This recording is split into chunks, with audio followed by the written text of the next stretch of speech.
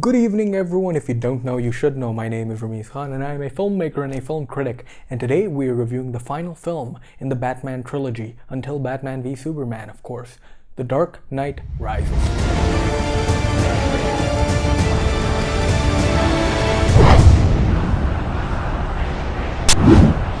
The Dark Knight Rises is a film directed by Christopher Nolan. It is the third film in his Batman franchise. Christopher Nolan is back for the third and final time, and he wants to go out with a bang. He adds tons and tons of new characters. Antagonist Bane, antagonist Talia al Ghul. One of them is shoehorned, the other is friend-zoned. But he also adds a couple of new protagonists as well. The shoehorned Catwoman, played by Anne Hathaway, and the shoehorned John Blake. Where is Batman, you ask? Well, Batman's been depressed and sitting in his mansion for 8 years. And Catwoman enters Batman's life a little later on in the film, and her storyline resembles a MacGuffin that a conspiracy theorist would be talking about. A clean slate program that is supposedly gonna wipe out all your sins. I honestly don't think that the characters of John Blake and Catwoman needed to be in this film. It should have just been about Batman and Bane. Tom Hardy is absolutely awesome as Bane, and the character Christopher Nolan wrote for him is very interesting.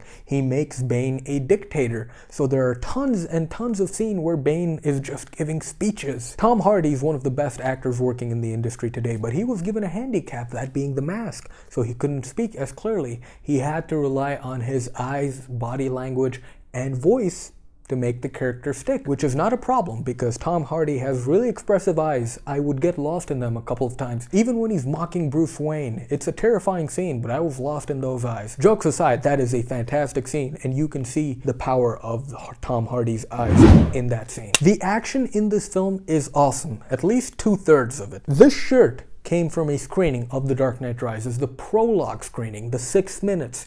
Me and my friend drove from Miami to Fort Lauderdale, which is an hour-long drive, to see 6 minutes of the new Batman film, which was that opening scene, the plane and all that shebang. It is such an awesome and jaw-dropping scene. The only negative in that scene is its editing. It's a bit choppy, but that can be applied to the whole film. This film's editing does skip around a lot of time. It starts from 8 years later from The Dark Knight and just magically glosses over 5 months, so that's a bit of an issue, but we're talking about action here. I'm sorry, I'm getting sidetracked. The second big action sequence is, of course, the sewer fight, which is an awesome fight. Not because of the choreography or anything, that's still pretty lame, but because of the atmosphere and the mood set in that scene. That is one of those scenes where the editing is actually pretty okay. What makes that scene so memorable to me is the reaction shots of all the mercenaries just staring at remorse and shock that Batman's getting his ass whooped. It really sells that idea that a legend is coming to an end. I wish I could say that for the rest of the film, however, but I can't. The hand-to-hand combat in the final scene between Bane and Batman is not good. I like that it was in the day. They had earned the right to put Batman in the day, and it looked really cool, and I could see what's going on, but it's just not interesting to see Batman not do cool stuff with his hands. But it's made even worse thanks to the worst extras on this planet.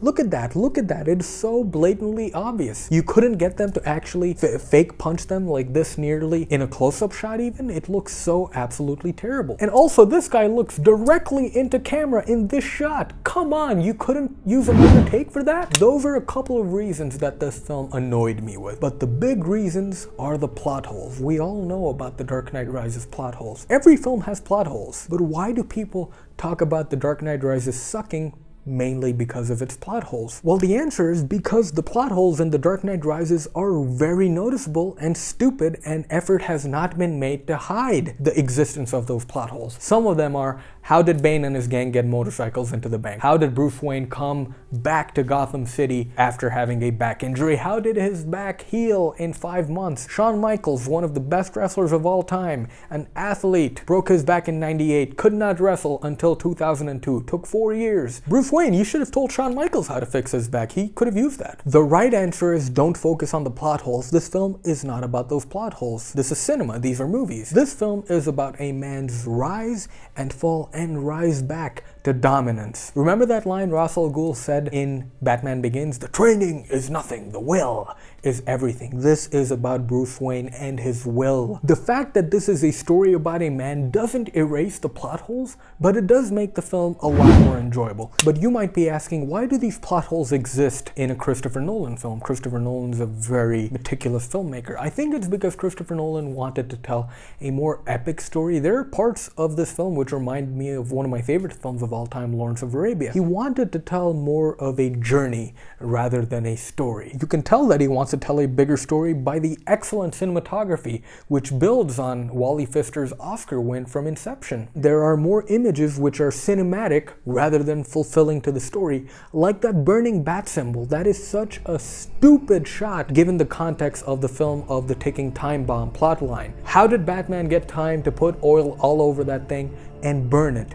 It is absolutely stupid, but it gets an emotion out of you. It's absolutely cinematic. This is obviously a comic book film. How well do elements from the comic book translate to the screen? Very well, if you ask me. The Lazarus Pit, even though it's not called that, the pit is the Lazarus Pit. A broken man goes in. A healed and stronger man came out of that pit, which is the function of the Lazarus Pits in the comic books. Catwoman translates beautifully onto the screen thanks to Anne Hathaway's absolutely sexy performance. Bane is fantastic by Tom Hardy, but sadly he's reduced to a henchman, which really annoys me because he was sacrificed for a character who was given very little development and has one of the worst death scenes in cinematic history. It's an uneven film. Whereas it's the most cinematic of all three, it loses its subtlety it had when it comes to political commentary it was presenting in The Dark Knight. 4 out of 5 for The Dark Knight Rises. I must admit, when I saw this film, I absolutely hated it,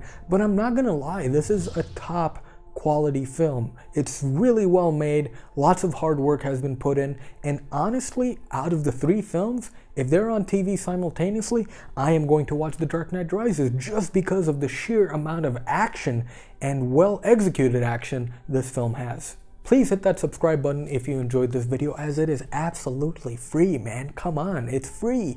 The best word on this planet. And I have a favor to ask you guys. If you enjoyed this video, only if you enjoyed it, please share it. I would like to up the quality of my content, give you guys a background, and I believe that more traffic onto my channel can help me accomplish that goal and keep giving you better and better content. But only if you enjoyed this video. Thank you so much for watching, people. I really appreciate it. Until next time, I will see you again. Remember to love yourselves.